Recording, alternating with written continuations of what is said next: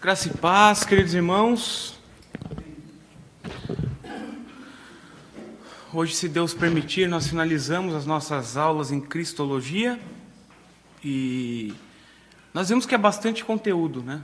Realmente, se nós fôssemos nos deter um pouco mais em cada assunto, ficaríamos aqui alguns meses conversando acerca disso, mas o que importa para nós nesse momento é que nós consigamos compreender a base principal, os fundamentos de tudo que nós vemos aqui, porque esse conhecimento de cristologia ou de qualquer outra área dentro da teologia, ele sempre vai ser confrontado com outras áreas de conhecimento. Nós vamos fazer a ponte, por exemplo, entre cristologia e soteriologia, a doutrina da salvação, que é algo bastante óbvio.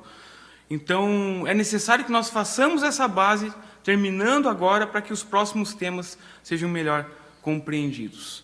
Mas antes de mais nada, vamos fazer uma oração. Peço para a nossa irmã, a dona Lourdes, poderia fazer uma oração inicial, por favor?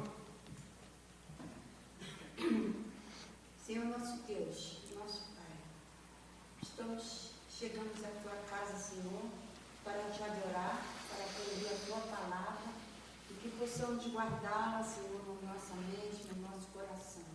Ser com Teu servo, Senhor, que vai ministrar essa aula e que as nossas mentes e corações estejam abertos para receber essa mensagem tão linda da cristologia. Nós Te agradecemos por todos os irmãos que aqui chegaram. Amém, E Te agradecemos em nome de Jesus. Amém. Amém. Muito obrigado, irmã. Então, na nossa aula 10, nós continuamos aqui na exposição daquele texto que temos tomado como texto base para esse tema.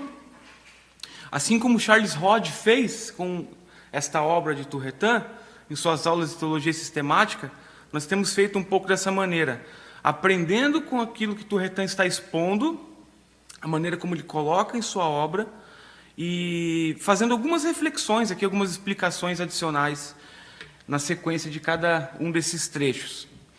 Então, essa parte aqui diz assim: estes três ofícios não são descritos só separadamente, mas são também apresentados em conjunto, como em Isaías 9,6.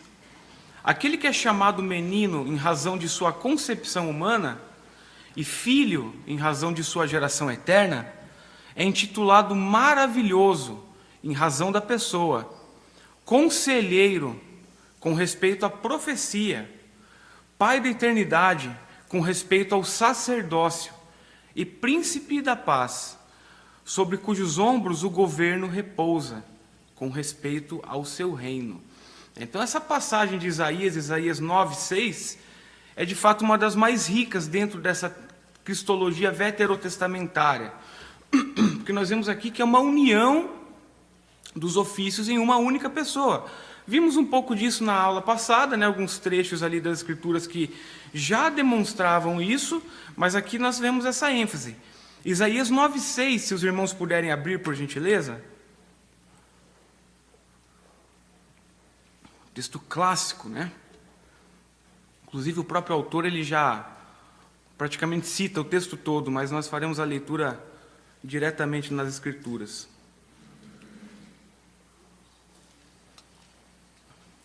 E quem achou pode ler, por gentileza.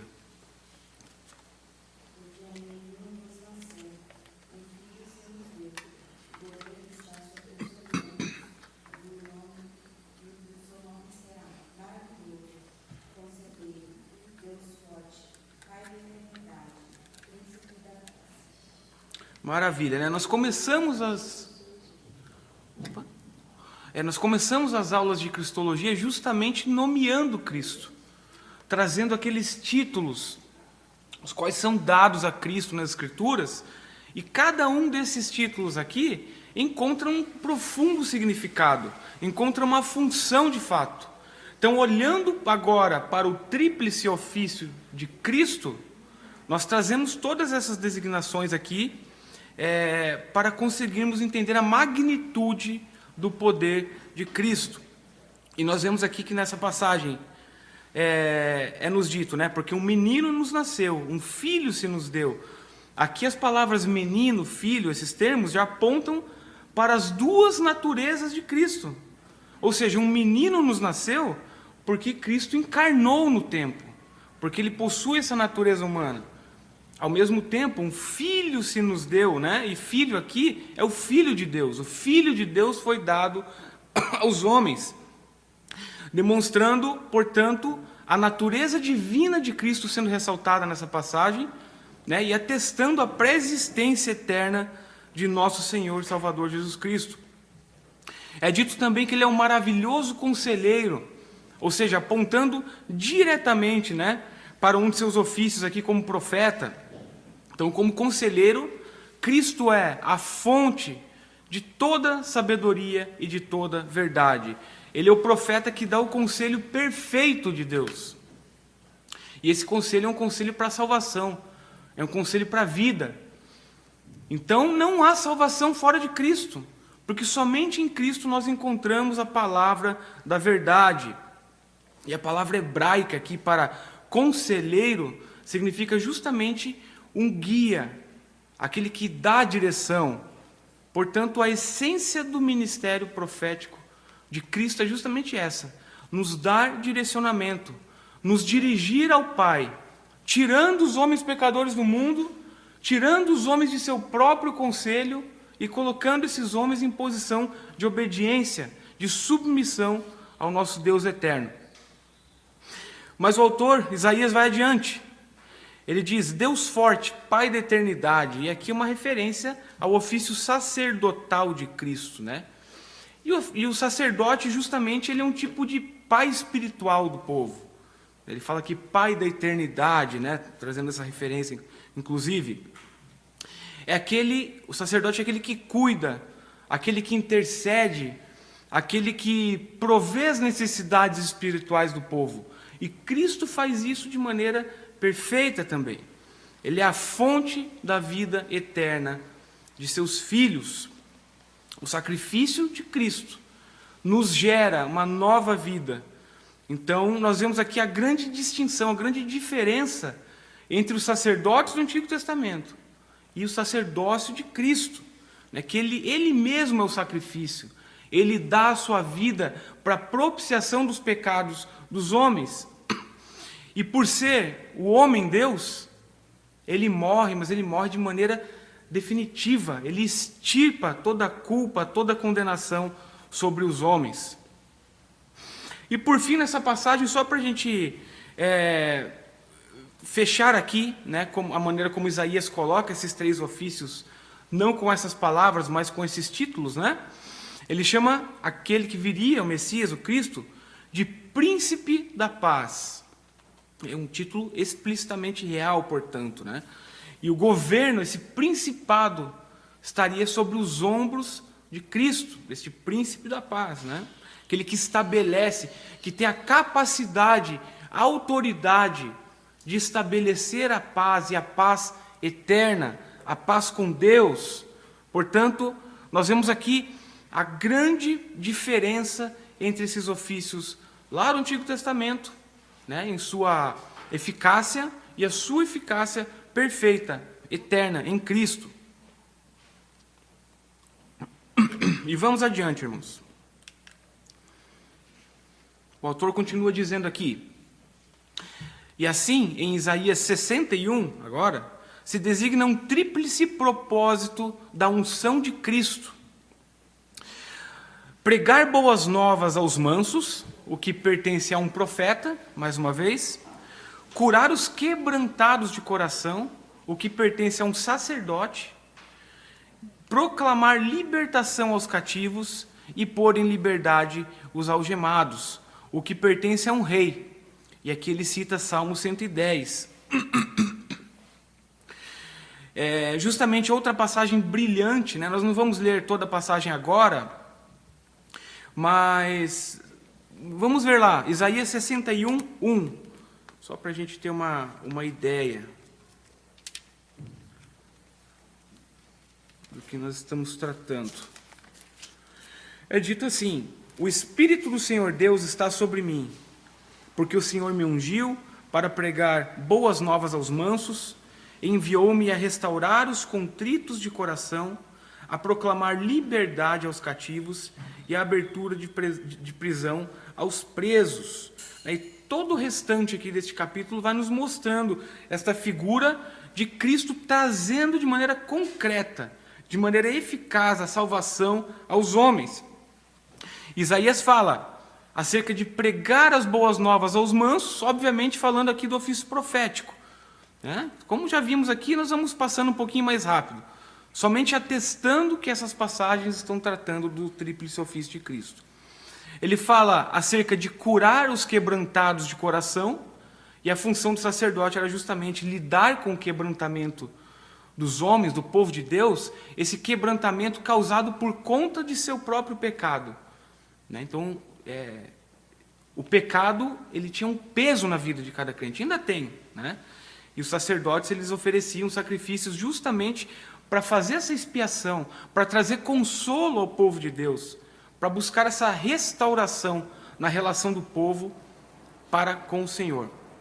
E Cristo, como nosso sacerdote, portanto, irmãos, ele é quem verdadeiramente sara essa ferida profunda que nós temos em nossa alma, que é a separação de Deus.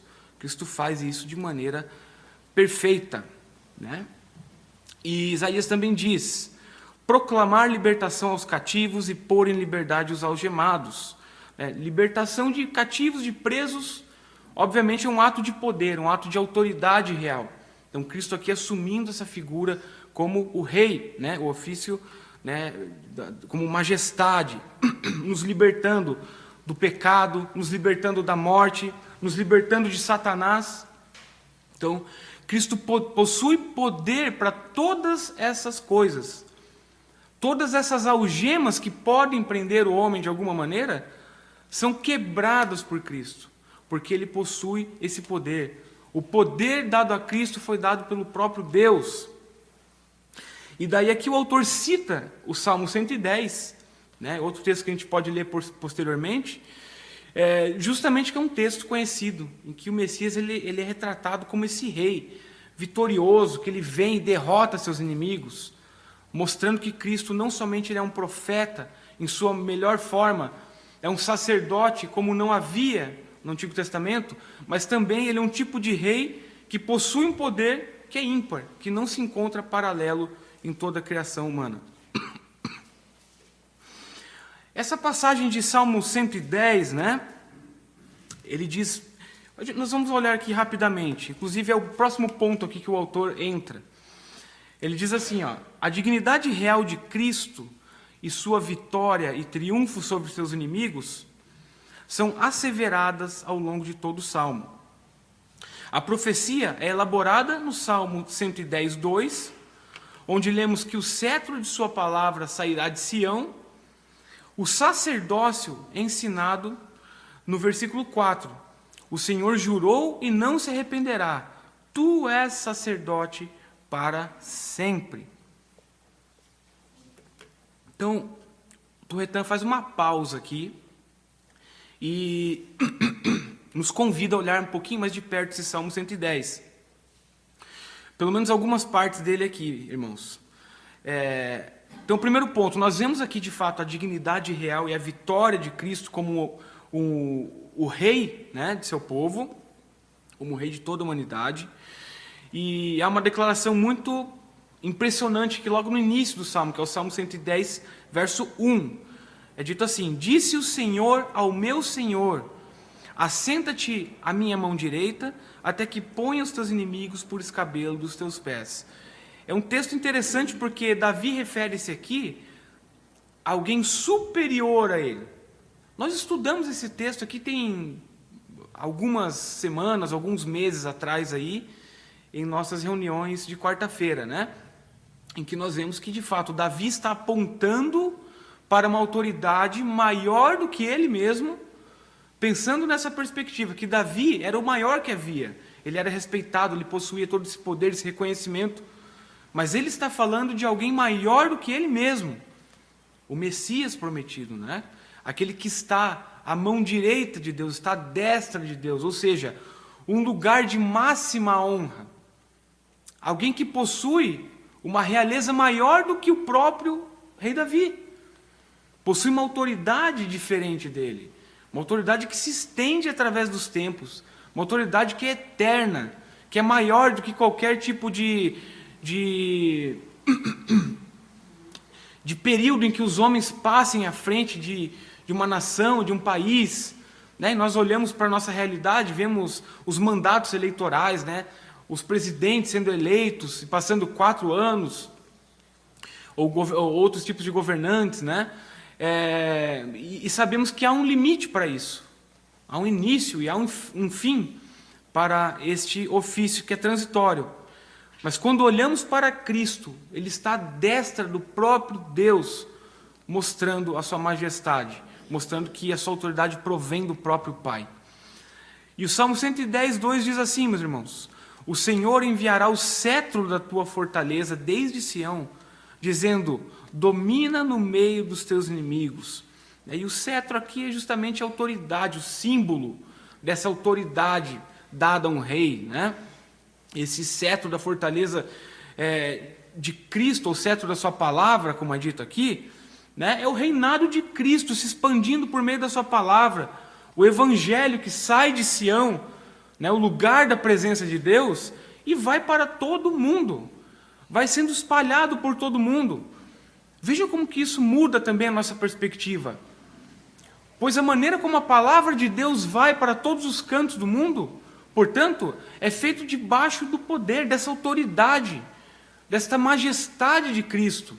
É o próprio Deus dando essa autoridade para que a palavra cumpra o seu papel, que é chegar ao ouvido de todo aquele que tem que ouvi-la. É dessa forma, incrível. E nós vemos aqui, nessa passagem, justamente a fusão, né, entre 2 dos ofícios que já temos visto, que é o ofício de rei, porque ele governa, ele instrumentaliza a maneira como o povo deve agir, a maneira como o povo deve andar, melhor dizendo. E a palavra proclamada, né, que significa justamente o ofício de profeta, a majestade e o profeta numa pessoa só. Esse domínio, portanto, exercendo não somente aquilo que é visível, mas entrando no coração dos homens, a palavra agindo no coração de cada um individualmente, mostrando que, de fato, Ele é o nosso Messias, Ele é o nosso Cristo. E, por fim, aqui no Salmo 110, 4, está dito assim, jurou o Senhor e não se arrependerá. Tu és um sacerdote eterno segundo a ordem de Melquisedeque. Já vimos essa passagem em 2 oportunidades anteriores, porque ela é muito importante, evidencia essa união irrefutável dos ofícios, né?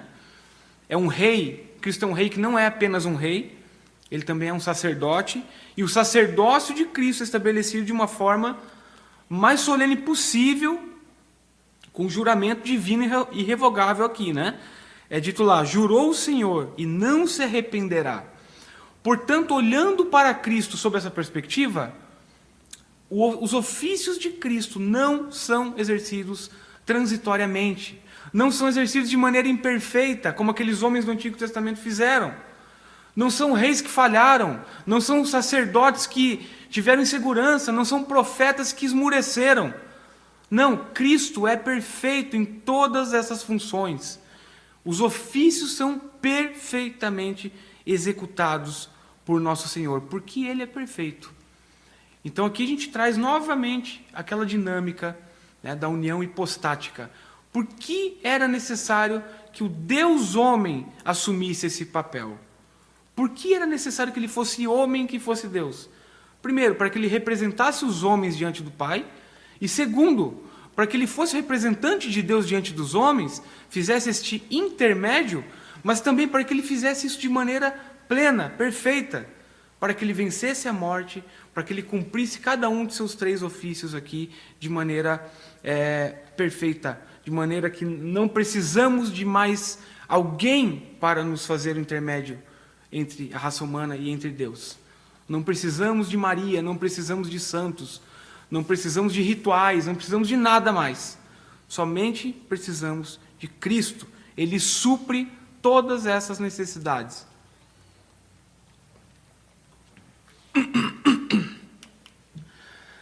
Adiante, irmãos, o autor diz o seguinte: do homem cujo nome é Renovo, de quem lemos que edificará o templo do Senhor pela palavra do Evangelho.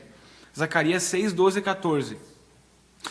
O que pertence a um profeta, e lemos que ele governará em seu trono, função de um rei, e um sacerdote se assentará em seu trono. O mesmo que será rei, também será sacerdote. E o conselho de paz estará entre ambos, ou seja, entre estas duas dignidades, a real e a sacerdotal. Pois uma e a mesma pessoa será rei e sacerdote, a qual adquirirá paz para a igreja por meio de seu ofício sacerdotal e por meio de seu ofício real. E aqui nós vemos a citação a Zacarias 6, 12 e 13. Se alguém puder fazer a leitura dessa passagem, por gentileza. Zacarias 6, 12 e 13. Em que aqui nessa passagem é dado um outro nome a Cristo. Renovo. Dize-lhe, assim diz o Senhor dos Exércitos: eis aqui o homem cujo nome é Renovo. Ele brotará do seu lugar e edificará o templo do Senhor. Ele mesmo edificará o templo do Senhor e será revestido de glória.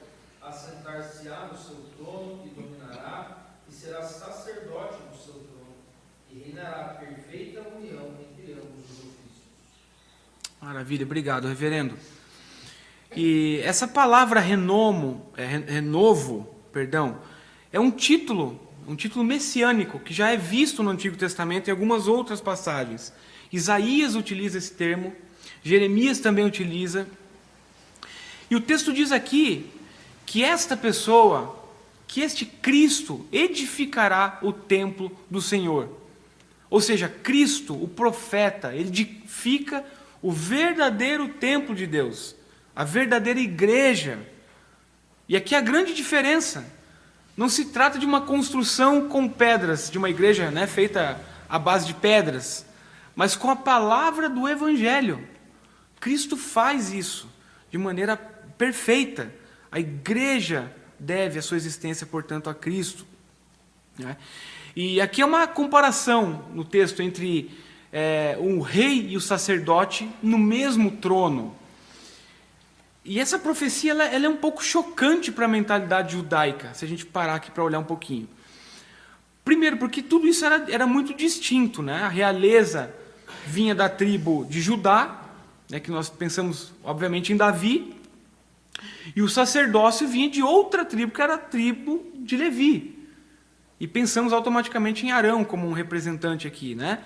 E Zacarias está profetizando justamente a união dessas coisas.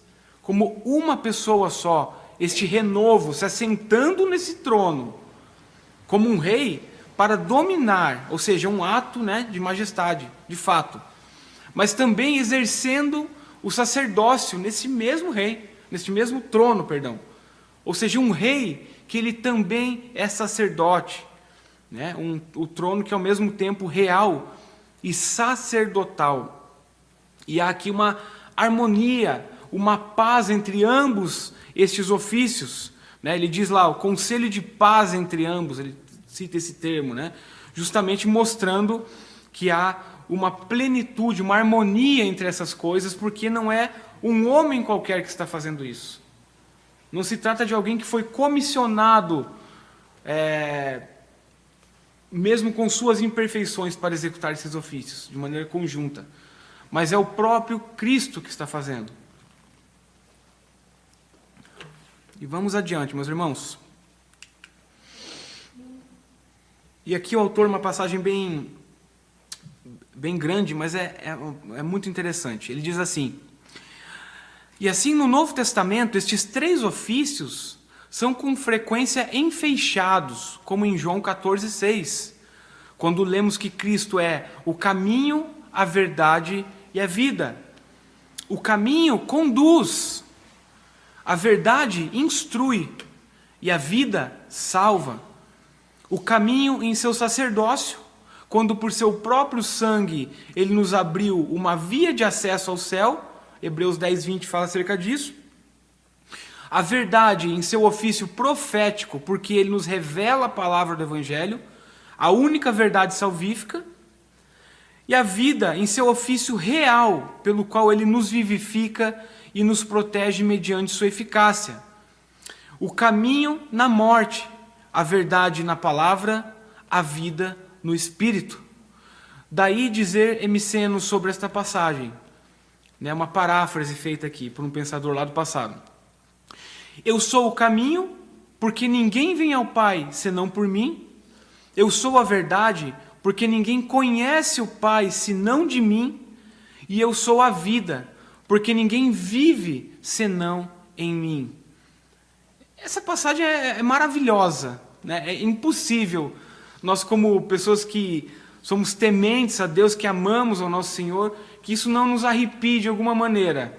É incrível a maneira como a própria Escritura atesta acerca desses ofícios de Cristo, colocando em palavras que às vezes parecem um direcionamento um pouco diferente, mas há toda essa carga de significado por trás. Né? Muitas pessoas falam por aí, ou citam essa passagem de João 14,6, né? O caminho, a verdade, a vida, e deturpando completamente o sentido disso, trazendo às vezes uma significação que é mais próxima àquilo que a pessoa mesmo quer dizer, do que toda essa estrutura, toda essa carga teológica, que desde o Antigo Testamento vai sendo colocada, nos traz aqui quando buscamos interpretar à luz disso. Então aquela regra básica de interpretarmos a Escritura à luz da própria Escritura, nos traz esse tesouro maravilhoso aqui, e eu acredito que isso é muito consolador para todos nós. Porque mais à frente que ele vai tratar dos três âmbitos de ignorância humana, de falha humana que são supridos em Cristo, e vai ficar um pouquinho mais cristalino ainda isso. Por favor. Eu fiquei com uma dúvida aqui, talvez possa ter sido também a dúvida de mais pessoas, talvez, né? Mas é aquela questão que você comentou ali sobre os dois ofícios de Jesus serem de duas tribos distintas. A gente sabe que os judeus eles aguardam um Messias que é terreno, né? E tem a natureza humana, de fato, e não divina como nós sabemos que Jesus tem. Esse versículo de Zacarias, então, o que ele está querendo dizer é que ele sugere, já aponta para alguém que não poderia ter uma natureza 100% humana, não poderia ser um Messias. Um representante unicamente humano, né? Porque ele não poderia ter esses dois ofícios de duas tribos. Justamente. Eu acredito que até a nível de descendência poderia haver, né? Um representante de uma tribo com um representante de outra. Mas a nível de eficácia disso, né? Aquele que realmente é o último Messias, é aquele que é o prometido, né? Aquele que é o Cristo de fato, e que vai cumprir plenamente tudo isso, não teria como um homem fazer isso. Então isso que a gente nem está falando do ofício profético ainda, né? Então são 3 ofícios, numa pessoa só. E nenhum homem seria capaz de carregar isso. Nós vimos na última aula justamente que esse peso, quando colocado sobre a humanidade, é impossível de ser suportado. Mas os judeus acreditam diferente, né? Isso é importante porque quando nós olhamos para a questão da união hipostática, né, e a grande divergência do passado, lá para o século IV, né, com o Concílio de Calcedônia, justamente, tentando esclarecer essas questões, é demonstrar que essa humanidade se encontra presente em Cristo, mas que não poderia ser outro. Humanamente não poderia ser outro, porque ele também carrega a sua divindade, sua natureza divina. Não sei se respondeu, se ajudou de alguma maneira. Eu penso que poderia, por exemplo, argumentar com esse versículo de Zacarias, quando o judeu, por exemplo, ele não iria conseguir explicar como poderia, então, o prometido dele ser unicamente humano tendo ofícios de duas tribos, por exemplo, o que não seria possível isso. Não sei como eles explicariam esse versículo, por exemplo. Acho que eles teriam que fazer uma manobra muito grande para explicar. Eu acho que o grande ponto aí é justamente a perpetuidade, sabe, desse ofício. Porque não há como um homem fazer isso, né? Então essa acho que é a grande divergência, né? Poderia até ter um descendente, poderia, mas de que maneira ele faria isso? Como que ele ia carregar essa carga, esse peso desses ofícios, fazer isso de maneira que somente um Deus poderia fazer, de maneira perfeita, né? Por quê? Porque nós somos pecadores. Então o judeu talvez ele não coloque isso nessa ordem de estrutura lógica deles, mas o fato é, um pecador jamais poderia ser esse representante aguardado, a não ser que ele também fosse Deus. E por isso que Cristo supre isso, né?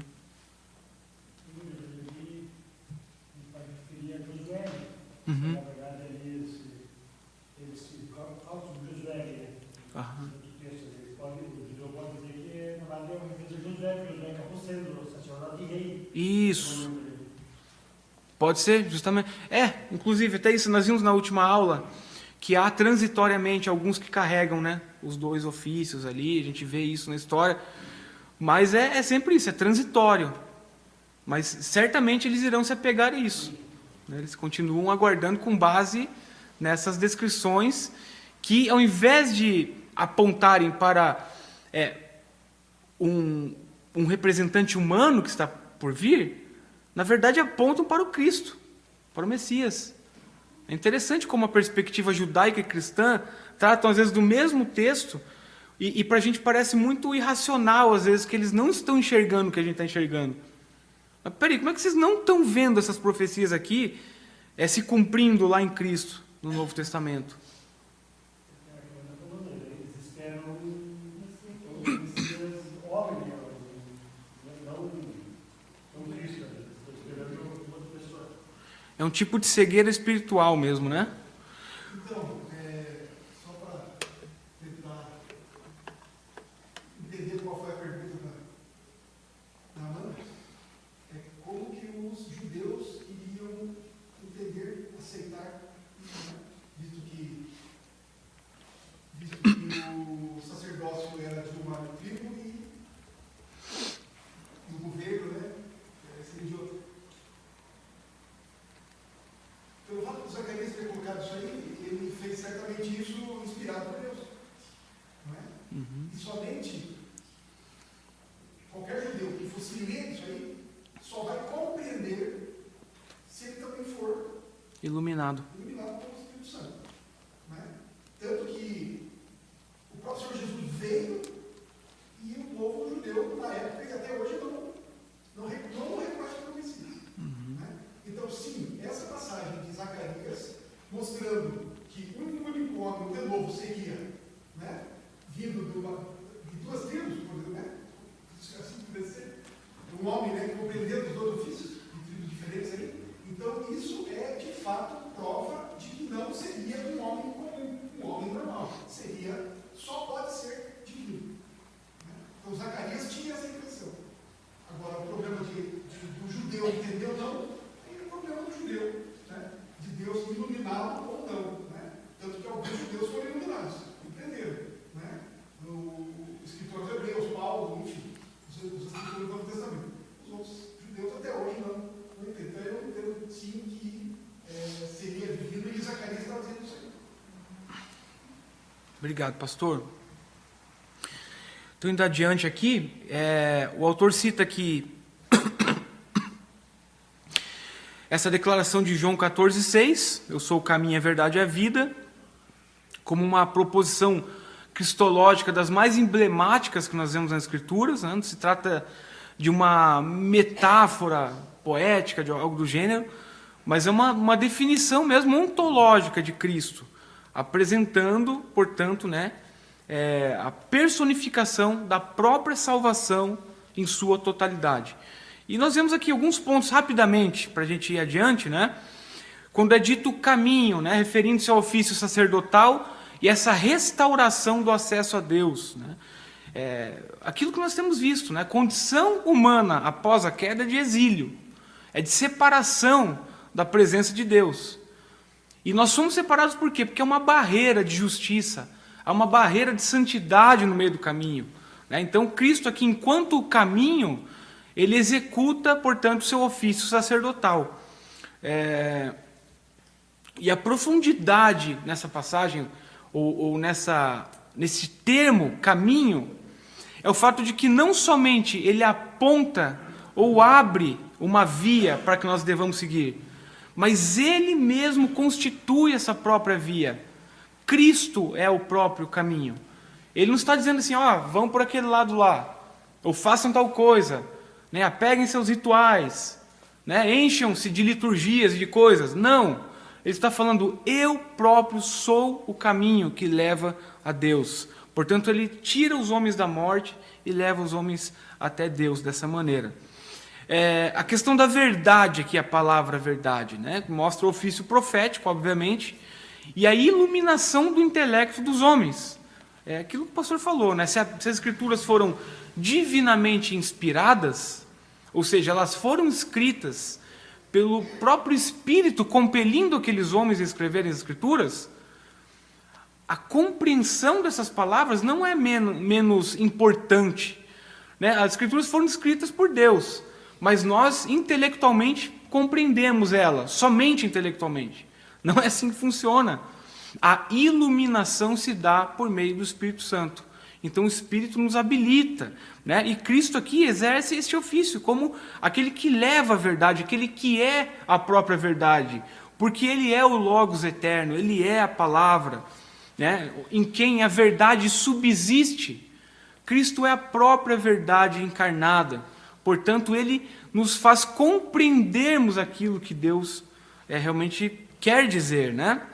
Então ele não apenas nos ensina o que é a verdade, mas quando ele nos une a ele mesmo, ele se torna o princípio da nossa luz e do nosso conhecimento. É incrível, né? É maravilhoso a gente pensar nessas coisas aqui. E o terceiro termo, a vida, né? Mostra claramente que o ofício real e a vitória de Cristo sobre a morte, não somente a sua própria morte, mas a morte dos homens, de maneira soberana, com todo o poder que lhe é dado, ele tira os homens da morte, ele dá vida a esses homens que haviam morrido, que estavam fadados à morte eterna, e dá justamente, né, por sua graça e misericórdia, uma vida eterna, nos vivificando, né, nos protegendo do mal, da morte, por conta de seu sacrifício, da eficácia de seu sacrifício expiatório. Vamos adiante, irmãos. E o autor continua. O mesmo se vê na célebre passagem onde lemos que Cristo foi feito pelo Pai em relação a nós, sabedoria, justiça, santificação e redenção, lá em 1 Coríntios 1,30. Lemos que ele foi feito, ou seja, designado por Deus sabedoria em relação a nós. Isto é, o autor e mestre infalível da sabedoria celestial por meio da profecia. Também justiça, ou seja, aquele que outorga a justiça eterna e infinita, pela qual somos libertados da culpa e justificados diante de Deus por intermédio de seu sacerdócio. Santificação, ou seja, a causa da santidade verdadeira e espiritual pela qual somos libertados do domínio e purificados da corrupção do pecado mediante sua realeza e redenção, a qual se aplica nestas três. Ou se tomado estritamente, como ele é a redenção da miséria e morte. Vou passar rapidamente essa parte, meus irmãos, para a gente conseguir finalizar, se Deus permitir. Mas aqui a gente lembra, olhando esse texto, olhando as passagens citadas, da doutrina da união mística com Cristo, né? Que é uma doutrina central e fundamental da soteriologia. Se nós temos falado aqui que a cristologia irá respingar em diversas outras áreas dentro da teologia, este é um caso, um exemplo prático, né? Em que aquilo que Cristo é, aquela obra de Cristo, aquilo que Cristo representa para os homens, está estritamente ligado com a salvação. E nós vemos aqui, por meio dessa doutrina da união mística com Cristo, né, que pela graça de Deus, por meio da fé e pela obra do Espírito Santo, né, nós estamos inseparavelmente unidos a Cristo. É por isso que outras doutrinas importantes aqui da fé reformada são defendidas, como a preservação dos santos. É por isso que um homem não se perde. Não é porque ele é bonzinho, não é porque ele é piedoso, porque ele é caridoso, porque ele é santo, ou busca a santidade da melhor forma. É porque Cristo é quem resgatou este homem. É porque a obra, ela vem do próprio Cristo. E por meio disso, né, essa união é como um tipo de... é um elo de ouro, né, de salvação, dentro dessa salvação. Nós não somos salvos porque nós recebemos esses benefícios aqui separadamente. O perdão, a santidade, a vida eterna, né? Como se isso aí fossem presentes enviados à distância, como se fossem coisas esparsas dentro dessa ordem, sabe, da regeneração, da maneira como nós somos após sermos salvos. Mas, na verdade, a lógica é um pouco diferente, né? O cristão, o crente, ele recebe o próprio Cristo. E por estar unido a Cristo, ele participa de todos esses benefícios aqui. E todos esses benefícios residem no próprio Cristo. Então as passagens aqui vão nos demonstrando isso. 1 Coríntios 1,30, farei a leitura, diz assim: mas vós sois dele, em Jesus Cristo, o qual para nós foi feito por Deus sabedoria e justiça e santificação e redenção.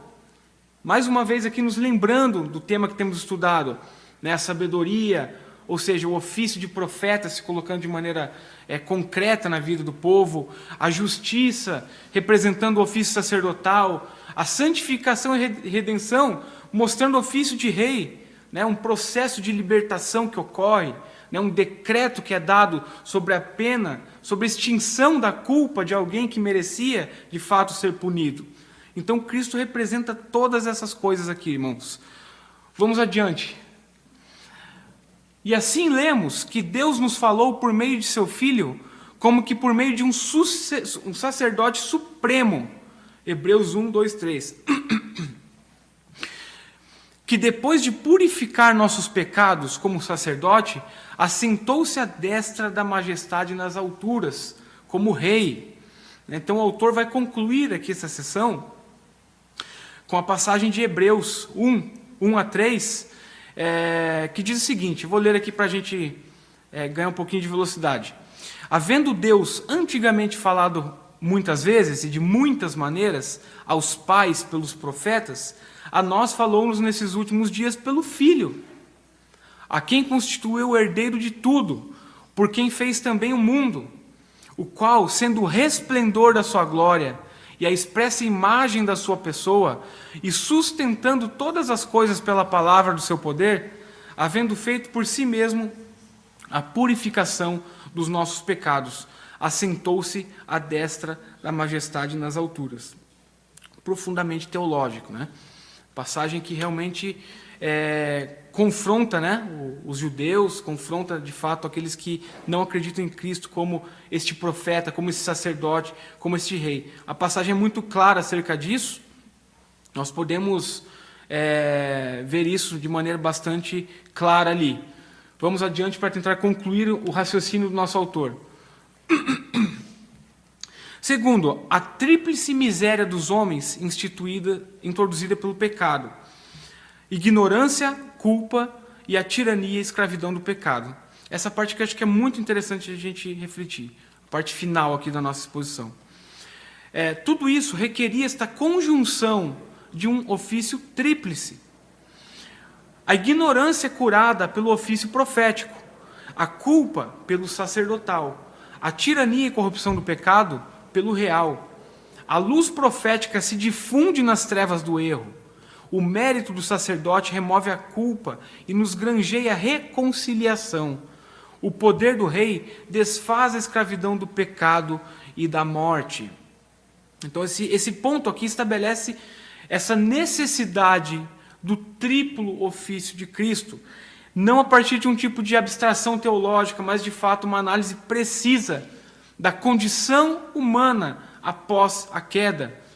Então a arquitetura da obra de Cristo não é uma coisa arbitrária, não é por acaso, não é sabe, um mistério.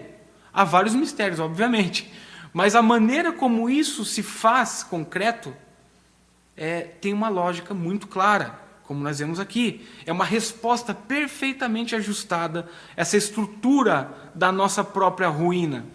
Então nós vemos aqui, por exemplo, a ignorância e o remédio profético que Cristo fornece, né? Então o primeiro estado miserável aqui é justamente essa ignorância, que não se trata, meus irmãos, de uma mera falta de informação. Nós temos essa concepção que a ignorância é a falta de informação. Eu sou ignorante até o ponto que eu tomo conhecimento de algo. Mas aqui, a ignorância não se trata somente disso. É muito mais profundo. É um tipo de cegueira espiritual. É um tipo de hostilidade ativa com a verdade de Deus. Romanos fala acerca disso, Romanos 1, Efésios 4 fala também. Dando-nos a concepção de que justamente o intelecto humano, ele não tem essa capacidade natural de compreender o erro em que está inserido. Então, para curar essa condição de ignorância, que é uma condição muito mais profunda do que a palavra como utilizamos normalmente, o mero ensino por si só não seria suficiente. O mero intelecto sendo trabalhado não seria capaz de nos tirar dessa ignorância. Mas era necessário, portanto, a intervenção divina. E o ofício de Cristo, o ofício profético de Cristo é justamente esse remédio. A luz profética de Cristo tira toda a treva do nosso entendimento, da nossa compreensão, da nossa intelectualidade. Ele representa a verdade não apenas externamente, mas também, pelo seu Espírito, ele dissipa essas trevas internas, ilumina a nossa mente, nos torna capazes, portanto, meus irmãos, de assentirmos a verdade divina. Então, a partir do ofício profético de Cristo, nós curamos esta ignorância, que é uma ignorância ontológica, faz parte do nosso ser. Não se trata de uma característica ou de um caso fortuito. Sou ignorante acerca de algo porque ainda não tenho conhecimento. Ainda não sei dirigir um veículo, sou ignorante. Vou lá para a autoescola, aprendo a dirigir, pronto, agora venci essa ignorância. Não, a ignorância humana, nesse sentido, é muito mais profunda. É uma treva em nossa alma e nosso entendimento curado por Cristo. Acerca da culpa, mais uma vez aqui, o segundo estado, portanto, esse estado da culpa, e o ofício sacerdotal de Cristo vem justamente remediar, vem curar o homem, sobre esse estado.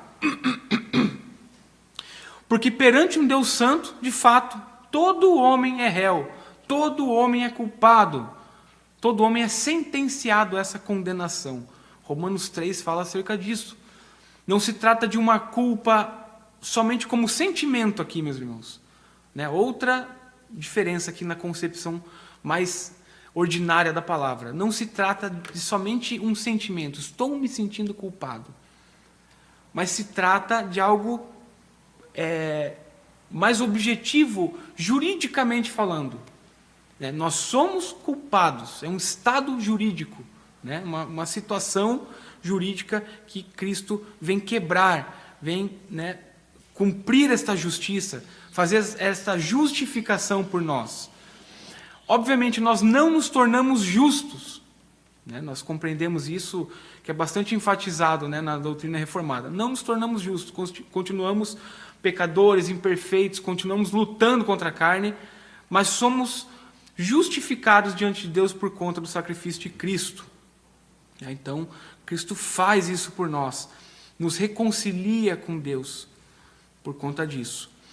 E o último ponto aqui, o terceiro estado, é essa tirania e escravidão do pecado. Então, além da ignorância, além de sermos ignorantes e culpados, o homem também é cativo, ou seja, incapaz de não pecar, servo de suas próprias paixões, servo do poder de Satanás. Então, irmãos, o homem não somente precisa de instrução e de perdão, mas ele precisa de libertação. E o remédio para essa servidão é justamente o ofício real de Cristo, o poder do rei como causa eficiente, aquele que desfaz a escravidão, o domínio do pecado sobre os homens, né? Então, Cristo reina aqui para proteger, para governar e progressivamente purificar os seus servos de toda a corrupção existente. Última parte, meus irmãos. O autor diz: o profeta nos revela a Deus, o sacerdote nos guia a Deus e o rei nos une e nos glorifica junto a Deus. O profeta ilumina a mente pelo espírito de iluminação, como já vimos, né? O sacerdote pelo espírito de consolação, tranquiliza o coração e a consciência. O rei pelo espírito de santificação, subjuga as afeições rebeldes, né? Então, meus irmãos, a suma de tudo isso, o resumo, né? Os ofícios de Cristo, eles não permanecem como fatos históricos distantes, como algo que nós olhamos nas Escrituras como um livro histórico, obviamente, que também é, e vemos, olha, Cristo foi isso, foi assado. Não, meus irmãos.